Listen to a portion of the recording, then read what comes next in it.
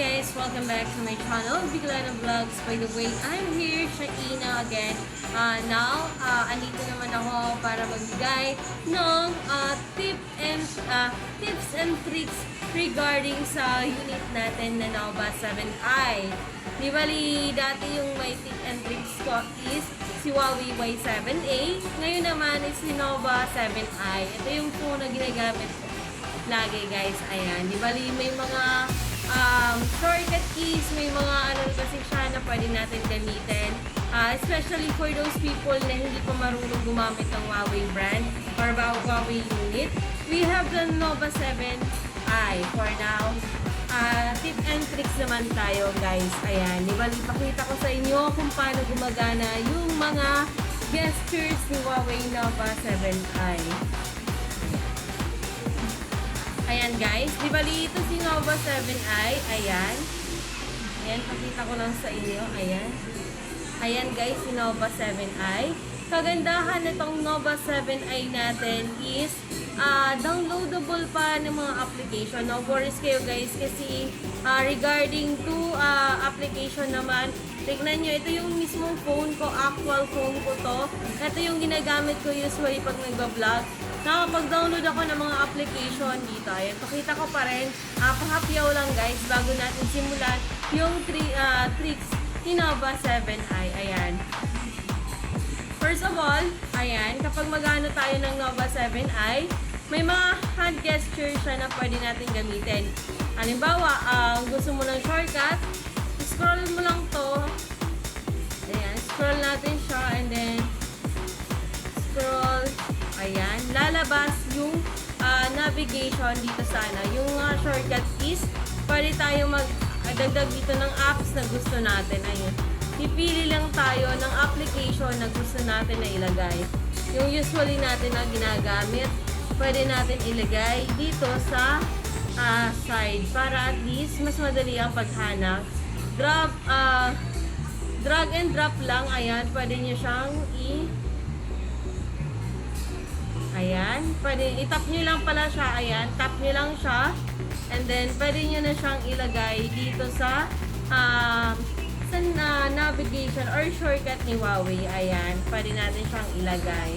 Depende sa inyo. And then, done. Yun, okay na siya. Pwede na natin siyang gamitin. Ayan, navigation siya.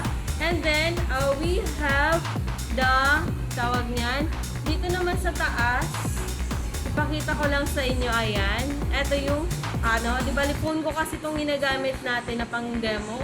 Kanina connection sa Huawei Watch Fit ko, ayan. Di bali dito is kagandahan siya is meron siyang mga special function gaya ng Huawei Share, may airplane mode, ayan. And then, for the screenshot, madaming ways si Huawei kung paano mag-screenshot. For example, mag-screenshot ka, tap mo lang tong scissor. Ayan, screenshot na siya agad, guys. And then, 3-finger screenshot. Ayan, pangalawa. And then, pangatlo, dito sa yung usually ginagamit natin. Ayan, yung on and off button, and then, volume down. Yung sa screenshot. Screenshot, yan yung ordinary na ginagamit natin pag screenshot. And then, kung gusto niyo naman malaman, meron din tong screen recording. Ang kagandahan ng screen recording, kung may hiram sa phone mo, hold volume up, saka on and off button, sabayin mo lang. For example, ayan, yan yung recording. Di bali kung may mga important details or may ginagawa ka, yung iba, yung mga nag-content creator, ginagamit nila yung screen recording para record yung pinapanood or ginagawa nila dito sa phone nila. Ayan, kapag nag-make ng tutorials. Pwede din ninyo ito gamitin kung sakaling may hiram sa phone nyo. Tapos, i-make sure nyo lang na hindi nila mapapansin yung yung timer niya. Ayan. Tapos, kapag tapos na po kayo gumamit ng screen recording, ito kasi na-monitor yung ginagawa natin sa phone. Kapag tapos na, halimbawa, may dinilit na contacts yung gumamit ng cellphone mo, mare-recognize mo, at saka pwede mo pa ma-retrieve yung number kapag naka-screen recording ka. And then kapag tapos ka na, tap mo lang tong timer niya. Tap mo lang siya, ayan. And then, punta kayo sa gallery. Gallery. Ayan, makita natin sa gallery. And dito na siya. Try natin siyang i-play. Ayan. Kagandahan pa nito is, hindi lang naman yung ginagawa natin yung nare-record or yung ginagawa sa cellphone, pati sound. Kung may mga important details or may ginagawa ka, yung iba, yung content creator, mga content creator, ginagamit nila yung screen recording para record yun. Tapos, kung mahilig naman kayo mag-multitasking, hinaan ko lang ang volume. Halimbawa, gusto mo naman mag-screen recording, tap mo yung itong yung video, and then tap mo itong, ito. I-tap mo lang to. Ayan. Pwede natin siyang, nakikita nyo to, ayan. Pwede natin siyang litan, ayan. Pwede tayong mag-multitasking. Halimbawa, gusto mong mag-Facebook. Ayan. Kung gusto mong mag-Facebook, ayan, pwede ka mag-Facebook. Pwede ka mag-Facebook. At the same time, pwede kang nanonood ng pelikula. Pwede nag-browse ka. At the same time, nanonood ka ng pelikula. Ayan. Pag movies naman, try natin movie. Hanap tayo ng na-record ko. For example, eto. For example, yan. Gusto natin siyang i-play. Tap mo lang tong, ano na to, square, itong nasa taas. Ayan. And then, ito square, sa gilid. Ayan. Pwede na tayong mag-shopping. Ayan. Habang nanonood ka ng pelikula, ayan, hindi lang naka-on ang wifi, pero pwede ka na mag-shopping. Ayan. Pwede ka na ayan. Try natin i-connect. Habang nanonood ka ng pelikula, ayan, pwede kang mag-shopping. Ayan. Ayan guys, pwede tayong mag-multitasking. Ayan. Pwede tayong mag-multitasking. Ayan guys. Pwede yung habang nag-scroll ka, nakikinig ka ng mga video, ayan. Pwede ka nang mag-multitasking. And then, meron din itong ibang function.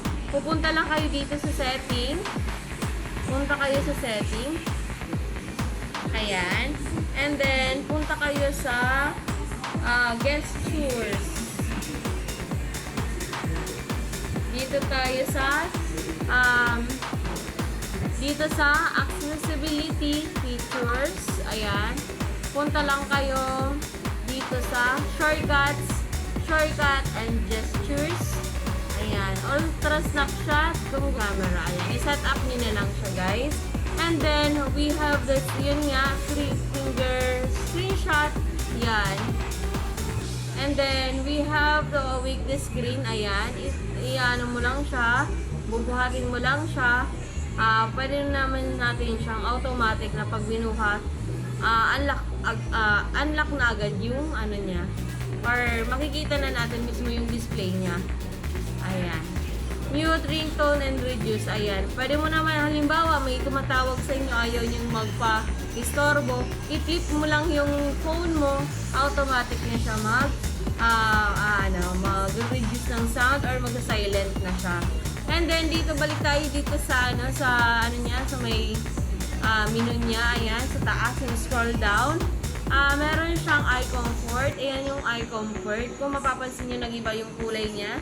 Kasi ito is nare-reduce yung ultraviolet rays na nare-receive ng ating mata kapag naka-eye comfort siya. Kagandahan din nito is meron din siyang wireless projection. Kung sakaling may TV kayo na smart TV, pwede nyo siyang i-connect through wireless projection. Ayan. And then, ayan, lahat ng TV na available, nasa search niya. Ayan. Lahat ng is nasa search niya. Ayan, tignan niyo. mga available na TV. And then, meron din siyang dual dark mode. Ayan, dark mode. Pag dark mode mo siya, yung ano mo, mga ano mo talaga, it's naka-dark mode. Sa message, sa contact, naka-dark mode na siya. Meron din siyang ultra power saving mode and then scan po. Ayan.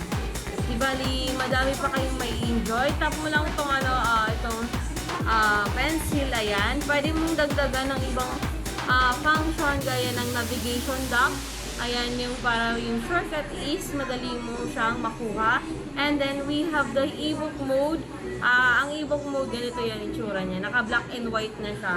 Meron akong customer na nagtanong sa akin nito kung paano na daw siya ibalik sa dating kulay. Di bali naka-ebook mode to. Ibig sabihin ng ebook mode, once na nagbabasa ka, kahit maghapon ka magbasa, hindi siya masakit sa mata. Kasi naka-black and white siya. Kung sabaga, less ang radiation na pumapasok sa mata natin kapag naka-ebook mode. And then, meron din siyang ride mode. And then, Nova 7i. Ayan. If ever na may mga katanungan kayo regarding sa unit, punta na lang kayo sa store. Pwede ko kayong i-assist. Kung gusto naman mag-avail ng mga product ni Huawei, especially kung hindi nyo alam yung kung ano pang mga meron sa amin sa Huawei, punta na lang kayo dito sa store. Or any Huawei store, pwede kayong mag-avail ng product namin sa Huawei. Thank you! Hope nag-subscribe na kayo sa YouTube channel ko. And then hit the bell button para sigurado updated kayo sa mga bago kong lalabas na video. Thank you so much! Hope hindi kayo magsawang suportahan ako. Thank you so much. Salamat! Ingat po kayo guys!